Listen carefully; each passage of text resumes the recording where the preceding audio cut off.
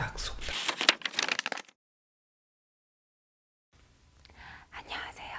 기상캐스터 김지은입니다. 오늘은 이 책을 여러분들께 낭독하겠습니다.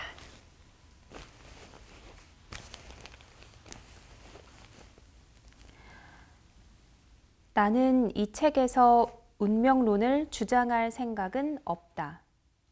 그러나 운명의 여신 포르투나가 한 번 마음을 먹으면 그 손길을 피해갈 수 없다는 것을 우리는 잘 안다.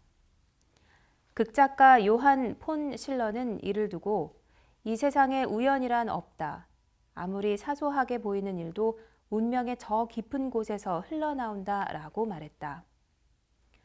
운명에 대해 누구보다 많은 글을 남긴 세네카는 만약 이 세상 어딘가에 운명의 여신이 손길을 닿지 않은 안전한 곳이 있다고 믿는다면 큰 잘못이다.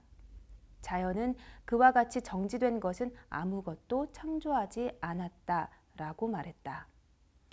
셰익스피어 또한 안토니와 클레오파트라에서 시저는 운명의 노예다라는 말을 남겼다.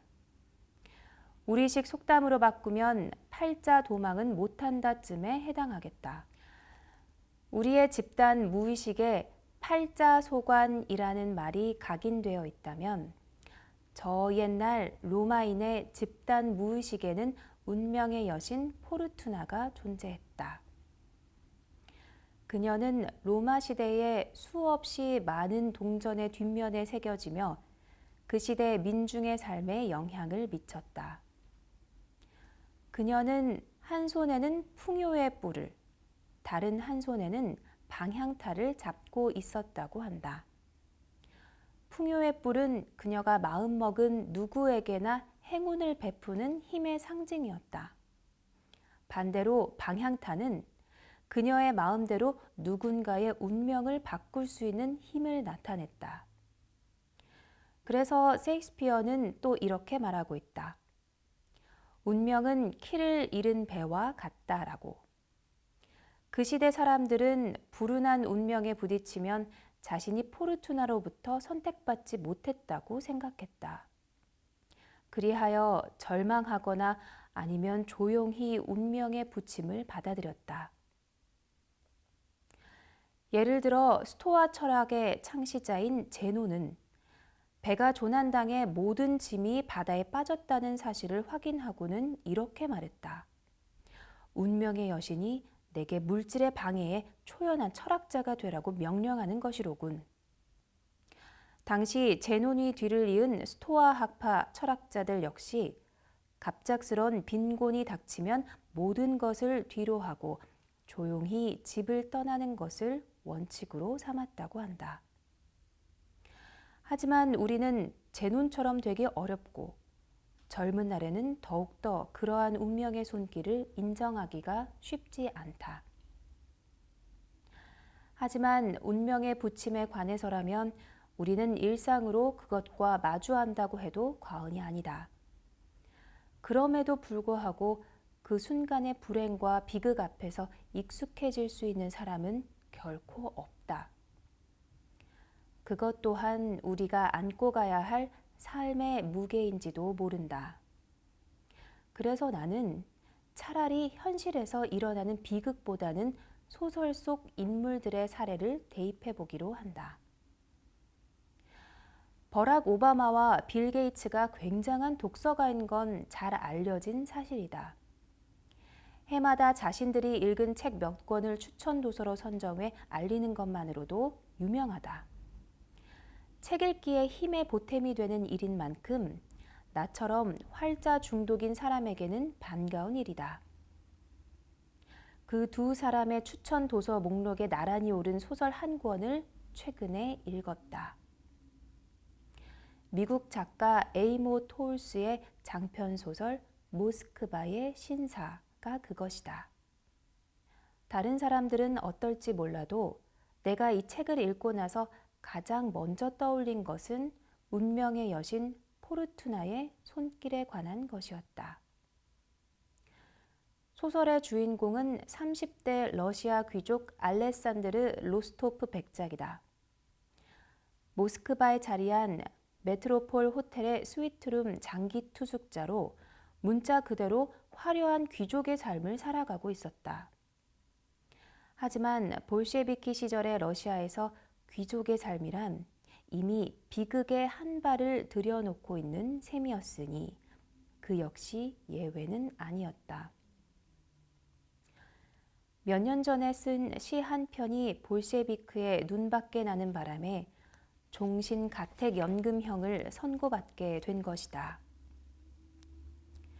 여기서 그가 연금된 가택은 다름 아닌 호텔이었다. 물론 화려한 스위트룸 대신 창고로나 쓰며 알맞을 방 한 칸이 제공되었다. 물론 화려한 스위트룸 대신 창고로나마 쓰면 알맞을 방 한 칸이 제공되었다. 호텔 안에서는 마음대로 다녀도 되지만 한 발자국이라도 밖으로 나가는 날에는 당장 총살형이 그를 기다리고 있었다. 완벽하게 화려하고 완벽하게 품위로 가득 차 있던 귀족의 삶이 포르투나의 손길에 의해 하루아침에 죄수의 삶으로 전락한 것이다. 그가 택할 수 있는 것은 두 가지밖에 없었다. 자살하거나 살아남거나. 만약 그가 약간이라도 부정적인 사람이었다면 그 당장에 스스로 목숨을 끊었을 것이다. 하지만 포르투나의 무자비한 손길에도 그는 거의 낭만적이라고 할 만큼 완벽한 긍정주의를 택한다. 호텔의 작은 방에 연금된 상태로도 자신만의 인간관계와 할 일을 찾아 밝게 살아가기 시작한 것이다. 백작 시절의 품위를 조금도 잃지 않은 채, 아니 오히려 그때의 도움을 받아 그는 호텔 식당에서 수석 웨이터로 눈부신 활약을 한다. 장소가 호텔인 만큼 그 밖에도 크고 작은 에피소드들이 읽는 재미를 더한다. 물론 내가 조금 길다 싶게 이 소설을 인용한 것은 단순히 내용 때문이 아니다. 어떻게도 할 수 없게 한 사람의 인생을 곤두박질치게 한 운명의 힘에 관해 더없이 많은 생각을 하게 만들었기 때문이다. 나는 버락 오바마나 빌 게이츠가 이 책을 추천한 이유도 어렴풋이 알 것 같다. 만약 자신들이 그와 같은 처지가 된다면 하고 대비해보는 순간 그 운명의 롤러코스터를 감당하지 못할지도 모른다는 자각이 너무도 뚜렷하게 눈앞에서 떠올랐기 때문은 아닐까? 흔히 왕관을 쓰고 살든 머슴으로 살든 운명의 여신이 가져오는 고난은 혼자서 묵묵히 견뎌내는 것만이 최선이라고들 한다. 하지만 막상 그런 일이 닥쳤을 때 과연 그 말대로 살아갈 수 있는 사람이 얼마나 될까? 그리고 포르투나의 손길이 됐든 팔자소관이 됐든 그 앞에서 내 존재 전체가 흔들리는 경험을 하게 된다면 누구인들 내 앞에 놓인 운명의 흐름이 궁금하지 않겠는가? 명리학은 일명 운명학이라고도 한다. 사주 추명학이라고도 하는데 말 그대로 사주를 가지고 하늘에서 받은 자신의 삶의 이치를 추론한다는 뜻이다. 운명이라는 한자어도 알고 보면 매우 흥미롭다. 움직일 운에 목숨 명으로 운명 역시 변한다는 의미를 담고 있다. 세상에 변하지 않은 것은 아무것도 없다. 우리의 삶도 마찬가지다. 태어나서 죽는 날까지 우리는 끊임없는 변화의 과정을 거친다. 그 변화를 기록한 것이 운이다. 즉, 운이라는 것은 우리가 생명체로서 매 순간 변화하는 삶을 산다는 뜻이다. 그리고 어떤 삶도 그 흐름이 같은 경우는 없다. 그것이 운명이다. 어느 모임에서 누군가가 우리의 운명은 모든 것이 처음부터 끝까지 다 정해져 있다는 말을 해서 내가 그것은 아니라고 이야기한 적이 있다. 물론 자연에서도 시에 따라 장미꽃이 될지 목련화가 될지 결정된다. 그리고 그 꽃의 운명에 따라 누구의 정원에서 화려하게 필지 아니면 피기도 전에 버려질지가 정해진다. 동물만 하더라도 누구는 사자로 태어나고 누구는 치타로 태어난다. 하지만 그 운에 따라 누구는 사자의 우두머리가 되고 누구는 성장하기도 전에 물소 발에 밟혀 죽기도 한다. 하지만 인간에게는 그러한 자연의 운명 외에 자유의지라는 것이 있다. 가난한 집에서 태어나도 그것을 원망하지 않고 받아들이며 자기를 발전시키려 노력하면 그 운이 달라질 수 있다. 그것이 바로 자유의지다. 왜 하느님은 인간에게 자유의지를 주었을까? 아마도 그분 역시 자유의지에 따라 신을 찾는 존재가 필요했기 때문이 아닐까? 수동적으로 순정하는 것보다는 능동적으로 신을 찾기를 기대하는 마음으로 인간에게 자유의지를 준 게 아닌가 싶은 것이다. 그런 의미에서 나는 운명론은 반만 진실이라고 생각하고 싶다.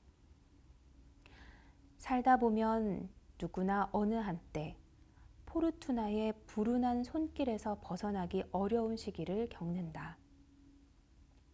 그렇다면 결국 살아남는 방법은 잘 나갈 때 겸손함을 잊지 않고 그렇지 않을 때도 희망을 갖고 앞으로 나아가는 길밖에는 없는 셈이다. 그런 의미에서 명리학은 수용의 학문이다. 수용하면 마음이 편하다. 그게 나인데 어쩌라고 싶은 마음도 생겨나면서 이상하게 그 다음에는 좀 더 자신을 발전시키고 성장시키고 싶은 마음이 드는 것이다. 인생의 모든 문제는 자신에게 일어난 일을 받아들일 수 없기 때문에 생겨난 것이기도 하다. 하지만 받아들이지 못한다고 해서 달라지는 것은 없다. 다시 한번 세네카의 표현을 빌리자면 삶 전체가 눈물을 요구하는데 그 단편을 놓고 흐느껴봐야 소용이 없는 것이다. 결국 남에게 일어나는 힘든 일이 내게도 일어날 수 있으며 그게 인생이라는 것. 단지 누구에게나 일어날 수 있는 일이 확률적으로 나에게 일어난 것뿐임을 받아들인다면 삶의 무게를 조금은 내려놓을 수 있지 않을까?